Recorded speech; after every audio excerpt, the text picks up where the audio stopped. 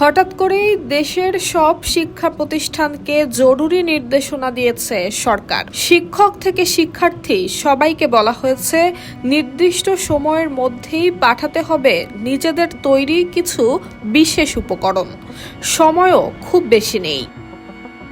আসলে বিষয়টি কোনো পরীক্ষা, ক্লাস কিংবা প্রশাসনিক সিদ্ধান্ত নয়। প্রাইম মিনিস্টার্স গোল্ড কাপ জাতীয় ফুটবল প্রতিযোগিতা 2026 উপলক্ষে মাধ্যমিক এবং উচ্চ মাধ্যমিক শিক্ষা অধিদপ্তর দেশের সব মাধ্যমিক এবং উচ্চ মাধ্যমিক শিক্ষা প্রতিষ্ঠানের শিক্ষক এবং শিক্ষার্থীদের কাছ থেকে লোগো, রিলস, মাস্কট, স্লোগান এবং থিম সং আহ্বান করেছে। আগামী 28 জুলাইয়ের মধ্যে অংশগ্রহণকারীদের তৈরি কাজ পাঠাতে হবে hpmgoldcup@gmail.com এই ঠিকানায়।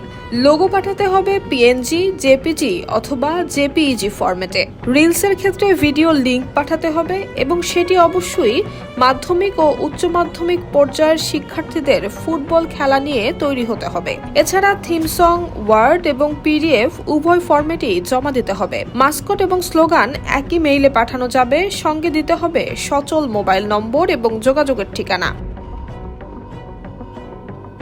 মাধ্যমিক এবং উচ্চশিক্ষা অধিদপ্তর জানিয়েছে, যারা এরই মধ্যে লোগো, রিলস কিংবা থিংসম জমা দিয়েছেন তাদের নতুন করে পাঠানোর প্রয়োজন নেই। সবচেয়ে বড় আকর্ষণ হতে যাচ্ছে, এই প্রতিযোগিতায় বিজয়ীদের প্রধানমন্ত্রী নিজেই পুরস্কৃত করবেন।